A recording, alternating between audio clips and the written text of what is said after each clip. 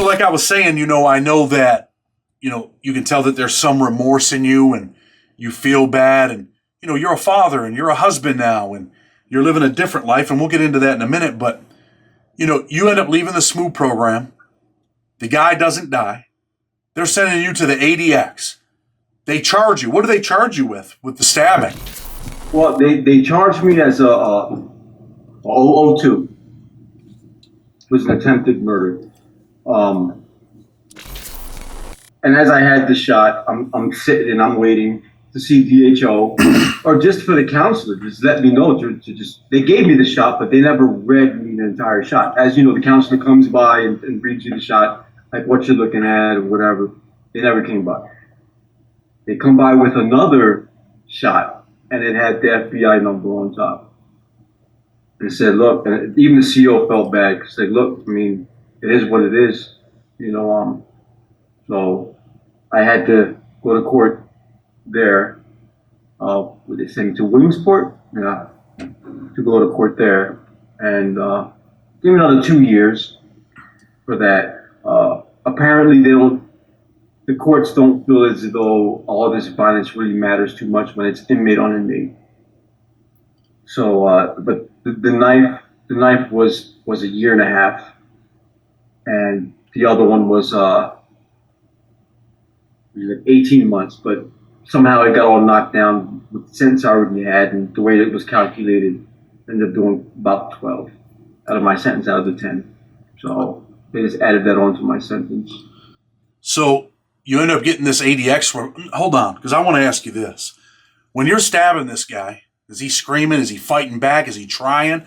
Are the other homeboys on top of him too, or is it just you hitting them? Or are they helping? It was just me, because there were two guys already in the cage, and then me and him go in. Now these cages are what, like 6 foot by 10 foot, about that. So they're just in the corner, and they don't want any part of it because it's not their beef. That was a different car. Yeah. So they're not allowed to get involved in that. Oh, so it was just you and him, and the other two dudes weren't Latin Kings? No, I think they were Bloods. There were 2 Bloods in there. 2 Bloods were already in there, and then we came in.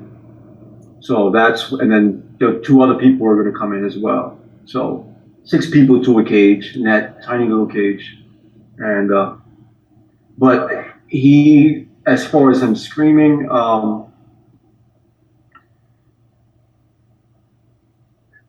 I think the only thing I remember him saying was that he said something about that. He said, I'm good. They're lying. My paperwork's good. And it just, all I heard was just like him choking, like with blood or whatever. It was just coming up, and he was just like choking on it. He couldn't talk after that. So just, I don't want to be too graphic, but you know how it is.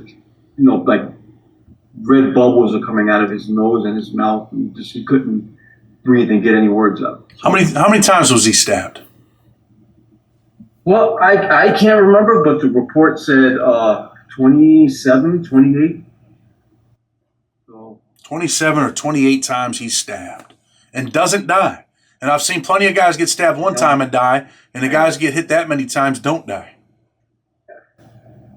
Yeah, I mean, once he saw that, what was going on, it was more of the, he was on his stomach and just taking it. He was on the floor and just balled up. I could hear him trying to talk, but, when he kind of like just went like limp, and I just saw like the blood bubbles coming out of his nose and his mouth, he was already on his side. And I didn't think he was going to move from there on, and he didn't. And, by that time, the officers came down, and they already, cleared everything out, so they took everybody else out of the cage. They left him there. And the other guys told me that the medic came straight over there and got him on the stretcher and took him straight out.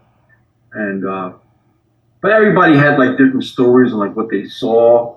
and it's been around in the BOP. People have talked about it, about what happened in the school program, and I even hear it sometimes come back on myself, and I hear like it happened a different way. And I'm like, no, I don't say nothing. I don't even say I was the one that did it or nothing. I don't feel, or I don't have any pride for doing that. And I just don't. And you shouldn't, man. Honestly, I'm telling you, man to man, we live that life, but you shouldn't, man. You know what I mean? It's sad that, it's a crazy world when the government actually, whether his paperwork was good or not, but the government puts people in positions where they do that. They say, we're going to give you 100 years or you're going to do this. And what do you think most people are going to choose to do? That's what they choose. Let me ask you this. Do you think it was kind of messed up being that you had a 10-year sentence and the big homies sent you to handle that mission? Shouldn't they use the guy that had 40 or 50 years or never going home? I think that they could, because of my sentence being so short, they would not have thought that I would have done something like that. Now, I got locked up in 2006. 7, 8, 9, 10, 11, 12. I got 6 years in on a 10. That leaves me with 4 to go. So the best chances of the COs putting him in my cell would have been with someone they felt as though would not, go all in like that. So they would not put him in a cell with a lifer if they felt as though it was still kind of skeptical he wasn't know if he was going to get hit or not. Yeah. But they felt safer to put him in with me, thinking that, he's 4 years to the door. Chances are he's not going to do it. He wants to go home. He wants to finish the school program, go home, hit the USP, and then go to a FCI somewhere. That's their assumption. But, when situations like that arise, it's like they play the system in a way that, doesn't leave any odds or ends open for any type of job to get done. There's a young man watching right now, and I want him to know that when you get involved in this life, these are the things that come with it. You could have a 10-year sentence, you got 6 years in. You still might have a little good time at that time, and you could give your whole life away. You went to prison at 29, but for your gang or for your organization, and in your mind, you might be like, man, I don't want to do this. But you know what? I have to, or they're going to kill me. I just got an order. I got the guy that came in the cell with me, and because he ended up as my cellie, I have to handle that. There's a green light. And if I don't, then I could be in his position. So you have probably one of the most hardest decisions you'll ever have to make in your life. And that is, do I go out here and butcher this dude and take a chance at getting life? Or do I leave this organization that I believe in, that I've been going hard for years, and that I love, and the brotherhood, and all of that stuff. And you have to decide, man, what's more important. And on that day, you decided that this organization or gang, whatever they want to call it, this is what I chose. And you could have ended up with a life sentence, right? Absolutely. I wish a lot of these kids actually knew that all this gang life out there, and just wanting to be all flossy and flex with the cars and sell drugs and this and that. I mean, first of all, the courts don't play fair. You're automatically guilty unless you can prove that you're innocent. So you already have a couple of shots against you, and I don't think they know of all the repercussions that comes along with the crime and going to jail and being involved in all of that out there. It's not something that you can just walk away from. I hear you. It's more than just a blemish on your character and your, everything about you. It's something that will stick with you mentally and legally, the majority of the time, but the rest of your life. So it's sad that some people actually have to go through what I went through to say, if they make it out, let's assume that, okay, well, it's time to chill out a little bit, but I just see too much of it in the inner cities. A lot of kids are very naive. They think that they can be this Scarface and this Godfather, but they don't know the game as deeply as someone who has been doing it for 30, 40 years, where they can use them to manipulate them and get them to do anything they want because they want to be this gangster, you know? So they just use them, get them to do whatever they want. Let me ask you this. How many kids you got, man? I have a son, he's 22. I have a daughter that's 19. I have another daughter that's 16. And I have a 2-year-old, and I have 2 stepkids. I seen your little 2-year-old son. You brought him in to say hello. Your 22-year-old son goes to federal prison. Somebody stabs him in a rec cage and you get the phone call. Your son might not make it. How do you think you're going to feel? I would be completely hurt, but then it would feel like karma. It would feel like, you know, I made it out of there, but somehow it came back to bite me in the ass. That's how it would feel. You got a 2-year-old son, and like I said, I seen him. It's your job to make sure that he never goes to prison. It's your job to mold him. It's your job to be a father. It's your job to be a leader. And you know, we're going to talk about this before we get off, and I don't want you to say where you're at, and I don't want you to say your business name and all that stuff on here. I don't want you to do that. And there's a reason why. But are you committed, man, to making sure that little dude, man, has the best life, that he lives his best life and never ends up in prison? Or, you know, on the path that you once were on? Absolutely. Now that's where I go from 0 to 100. To make sure that they're all okay. To make sure that they don't have to live what I live. And I don't want them to glamorize anything that I've been through and say, oh, my dad was this, my dad knows this person, he did, because that's nothing to be proud of. I went to prison, and I was a sucker for going to prison. And it's like, all these guys that I genuinely have the most respect for, the ones that have been out of this and have done something with their life, those seem like the real gangsters, the ones that go to work and feed their family, and they make a living. They put food in their kids' bellies and clothes on their back and help them get an education. Those were the gangsters. Those were the real gangsters. Those are really them dudes. Let's talk a little bit about the ADX. You end up in the ADX. What's it like when you walk in there, man? Are you like, wow, I went from a medium security, I ended up making it through these, prisons that weren't so bad, and I made it all the way up here to the big. I mean, you're at the big leagues now. You're in the Super Bowl. You're at the ADX, man. What was it like to walk in there?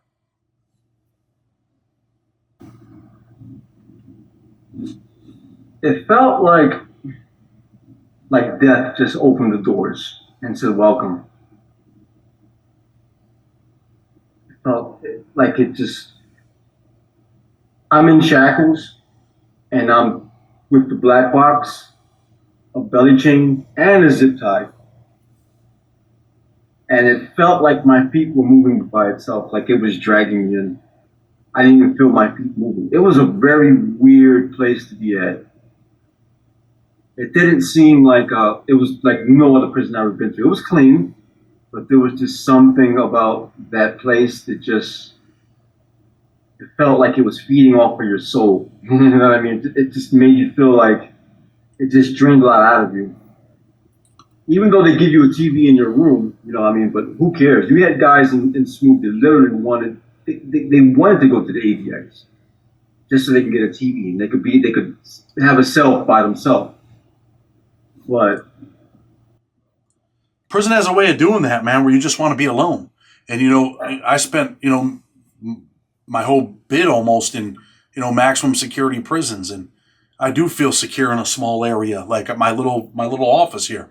I feel secure here, and it's something that happens to you mentally and emotionally. How many nights? How long were you in the ADX?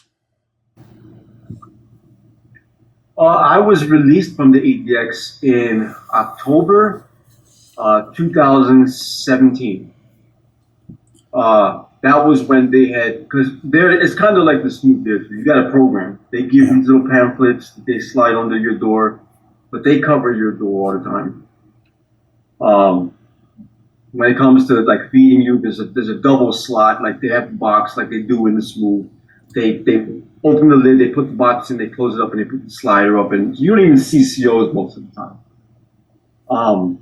The TV, the only way you can actually watch TV is if you're completing the packets, and then you can watch TV, because programming is for the morning. So you have to watch these things in the morning for the programming, and you go through these phases, and they grade it, they give it back to you, and that's the only way you'll have your TV on. If you're not programmed, you're not getting a TV. They'll take it from you. So you got a program in there too. How long were you there straight though? A year, 2 years? How long were you there for? 2.5 years. 2.5 years. 2.5 years locked in a cell the size of your bathroom. What does it do to you mentally and emotionally, man? You start counting cracks on the wall. You start looking at the floor, just looking for a difference somewhere in the room that you didn't notice the day before. You know, it gets really weird in there. It's like you've been in there for over a year now, and then finally you notice that, you know, there's a piece of that gunk around the window that's falling out. And you notice the weirdest things. It's not healthy. It's not healthy for the mind. I mean, I worked out. I had to work out. It helped me cope. But it does something to you mentally, where even when I went to the rec yard, but they finally gave me rec privileges. It's not even a rec yard. It's just a big, just wall. You're surrounded by walls, and it's a great, maybe 25 feet up. And that felt like freedom for a minute when I actually got just that little bit alone, just to feel some of that cold Colorado air. Felt good. How about when you walked to the rec cage? Wasn't it nice just to take the 2-minute walk or a 1.5-minute walk just to get to the rec cage? Like, wow, man, I'm walking, I'm moving, I'm outside this box. ADX has a lot of people in there that are extremely mentally, they're going through a lot mentally. There's guys screaming, you hear the weirdest things that they're talking about, you know, and they're not supposed to talk to other inmates. Some are allowed to talk because I guess they flew off the hinges. They're done. Mentally, they're done. So they're keeping these guys. They have nowhere else to put. They would not even make it in GP. They would not make it in the smooth. Physically, they would die. They're just not able. They're not capable anymore of functioning. And that's sad, man. Isn't that sad? Very sad. Timothy McVeigh was on the next pod over, and they took him out. And I heard the COs talking about it, and they just kept saying he accepted what he was getting. He was going. I think he left the ADX to go to Terre Haute. I think he got executed at Terre Haute, the death penalty there. But the COs even had told me that one of them couldn't stand him. You know, I mean, he did not. I mean, for what he did, I mean, obviously it was not good. But one of the COs always said, well, you know, he deserved to be this way. You know, for what he did, you know, that's what he deserved. And a lot of the other COs said he's not even going to know that they're even going to execute him because he's just not mentally there anymore. I mean, there's crazy things that go on over there. But anyway, let's talk about, you know, you finally get out. You're home now. You're free. I know you own a couple businesses, right? 2, yeah. You own 2 businesses. You got a wife. You got a baby. What's that feel like, man, to be normal? Just being able to hold my kids now and just watching them smile. The hugs so many hugs that I took for granted, you know, before I was incarcerated, you know, that they're so much more precious now. A lot of people, you know, don't realize that when somebody says, oh, I did 10 years, I did 20 years, I did 12 years, I did 50, people haven't really understood just yet, like, what that really means, how much that takes away from you. You know, all that time is just gone. You know, you're coming out and everybody sees a whole different person. You don't get that back. None of that comes back. I feel you, man. I can only imagine, but you did some bad things to people, right? Yeah. No. Do you think you deserve to be in the SMU program?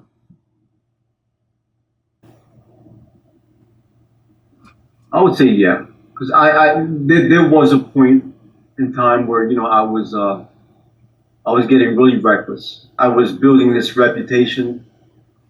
I was building this reputation that right now I'm just have no respect for. In there at that time, I thought I was a really big badass. A lot of people respected me. A lot of people, if they saw me walking down to go to chow by myself with my head down, they stood out of my way. What? For what? What type of, all this for what? For a little bit of respect? Nearly spending the rest of my life in jail. Never seeing my family again. Never eating a really good hot meal ever again. Over respect. I mean, respect is important, but learning how to compromise and say, you know what, it isn't that serious. So what about, the whole gang thing now, right? Are you done with that? Or were you able to retire from that? I mean, what happens? Well, the way that worked is that I served 12 years, and during my trial, I was the only person that went to trial on that particular case. Yeah. Everyone else took the stand. It's Josh Medina, United States versus Josh Medina, Eastern District of Pennsylvania, and this happened, I went to trial in 2008. So I was the only one that went to trial.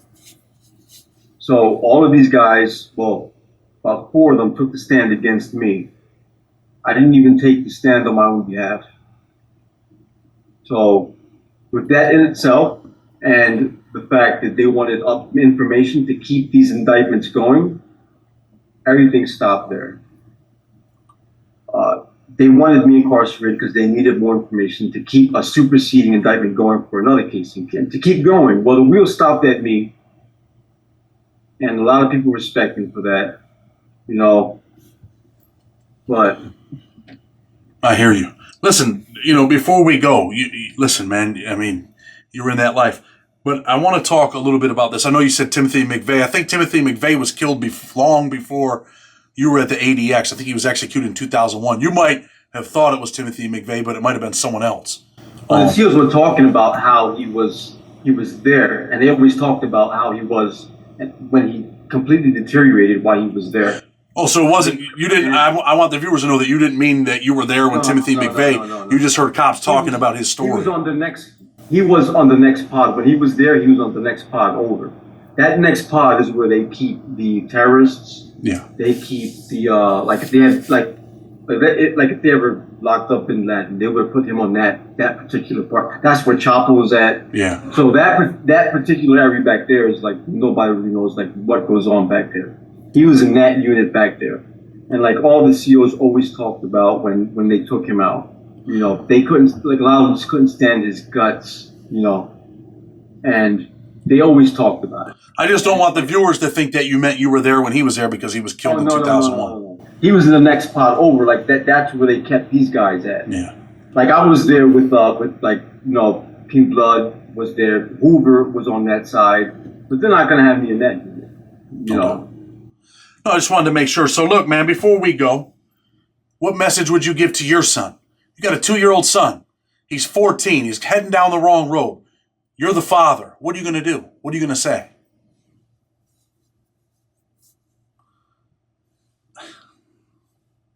I used to do this in my classes. I had a Breeders Lead Breeders class, and I would make these dudes, we would do some role playing where you're the dad and he's the kid.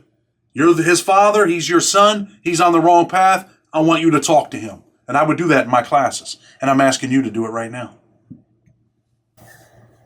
I would authentically just out of the, from the bottom of my heart, I would tell him that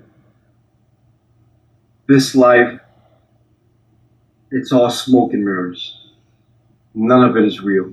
Everything you see in these movies, everything you see on these gangster series, it's fiction. People are writing this. They're making it seem a particular way. It's want people to feel like it's enticing. It's not. It's not. It's nothing like the movies.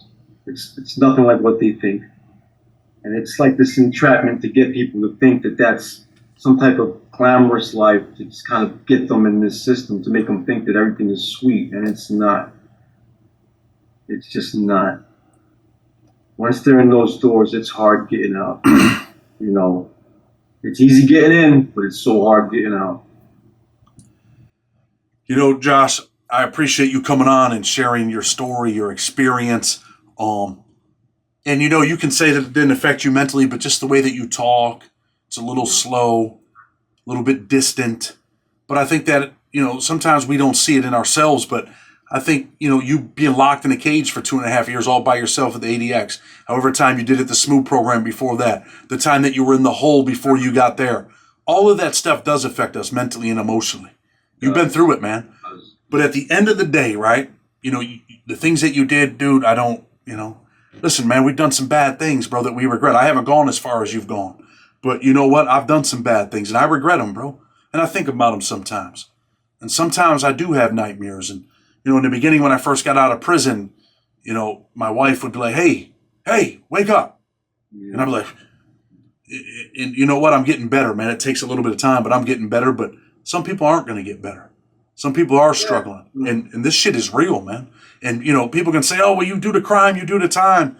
I understand, but at the end of the day, we are all humans, right? You can't live in a lawless land. There has to be consequences. And I just think that we need to think about some of the stuff that we do before we do it, man. And I'm happy. You've been out of prison all this time, bro, and I hope that I make it, you know, to the point that you're at today. You own a couple businesses. You're a father. You're a husband. You know, and it seems like you're living a good life, and, you know, I commend you on that. And I definitely commend you on. I didn't think this interview was going to go here, man. You know, when you contacted me, I started, I'm going to call this cat back. He sounds like a pretty interesting dude. And, you know, I told my wife, man, about 2 hours ago, it was probably be about 30, 40 minutes. But, you know, we've gone in 3 different parts here. So, you know, you have one of the most important stories that we're going to have on here. This has got to be one of the best interviews that I've done because you're the guy that we talk about. You're the guy who people hear about their stories. Like when people are like, hey, man, that one time the Latin King in the Smooth program, I remember when he, you know, and all that Lewisburg project, all them people, you know, the lawyers that were trying to stop all that shit, you're one of the reasons why they stopped the Smooth stuff, and they're trying to, you know, make it 3 phases and be more, you know, lenient and not just hammer people, because you were one of the many who created, you know, unfortunately, man, you created, you know, a monster. You were part of the monster. But, you know, you're no longer that dude, man. And I can see that. And, you know, I could see the happiness when your little son came in the little picture over there. And, you know, I wish you the best, man. And I want to see you keep pushing. And I definitely appreciate you coming on, bro. I really appreciate it. Thank you for having me on. No problem. I want you to have a good night, man. And continue to live your best life, man. We'll stay in contact. People are going to comment. I'd like you to comment back. And, you know, we might end up doing more. There's probably going to be a 2-part series, but we'll go again because I think there's a lot more that has to be said that goes with your story, all right? Sounds great. I'm going to tell people, man, hit that like button, hit that subscribe button with respect, Blood on the Razor Wire TV, where it's real and it's raw. Until tomorrow, we're out.